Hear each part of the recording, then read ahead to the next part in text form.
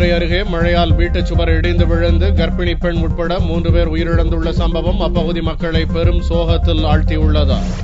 ஈரோட்டில் கொத்தனார் வேலை பார்த்து வரும் மாயாண்டியின் பெற்றோர், மனைவி கார்த்திகா, 1.5 வயது குழந்தை ரித்தீஷ் ஆகியோர் மதுரை மாவட்டம் சோழவந்தான் அருகே உள்ள கண்ணுடையாள்புரத்தில் வசித்து வருகின்றனர். சோழவந்தானில் பெய்து வரும் கனமழையால் பல்வேறு வீடுகள் சேதமடைந்துள்ளன. இந்நிலையில் மாயாண்டியின் வீடு மீது அருகில் உள்ள வீட்டின் சுவர் இடிந்து விழுந்தது. இதில் வீட்டிற்குள் தூங்கிக் கொண்டிருந்த 5 மாத கர்ப்பிணி பெண் கார்த்திகா, ரித்தீஷ் மற்றும் மாயாண்டியின் சகோதரி மகன் அஜித்குமார் ஆகிய மூவரும் சம்பவ இடத்திலேயே உயிரிழந்தனர். படுகாயம் அடைந்த மாயாண்டியின் பெற்றோர் சிகிச்சைக்காக மருத்துவமனையில் அனுமதிக்கப்பட்டுள்ளனர். இந்திரா காந்தி குடியிருப்பு திட்டத்தின் கீழ் கட்டப்பட்டுள்ள இந்த வீடுகள் பெரிதும் சேதமடைந்துள்ளதாகவும் இதனால் தாங்கள் பெரிதும் பாதிப்படைந்துள்ளதாகவும் அப்பகுதி மக்கள் வருத்தம் தெரிவித்துள்ளனர். திடீர்னு 3:30 போல செவர் விழுந்து எல்லாரும் போய் பார்த்தா 3 குழந்தைங்க சாவு.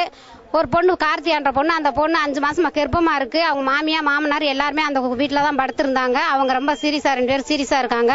3 பேர் இறந்து போனாங்க. இன்னும் பல வீடுகள் இப்படிதான் இருக்கு. இந்திரா காந்தி குடியிருப்பு திட்டத்துல 1991 கட்டின வீடு, எல்லா வீடுமே பழுதடைஞ்சிருக்கு. சுவர் இடிந்து ஒரே குடும்பத்தைச் சேர்ந்த 3 பேர் உயிரிழந்துள்ள சம்பவம் சோழவந்தான் பகுதி மக்களிடையே பெரும் சோகத்தை ஏற்படுத்தியுள்ளது.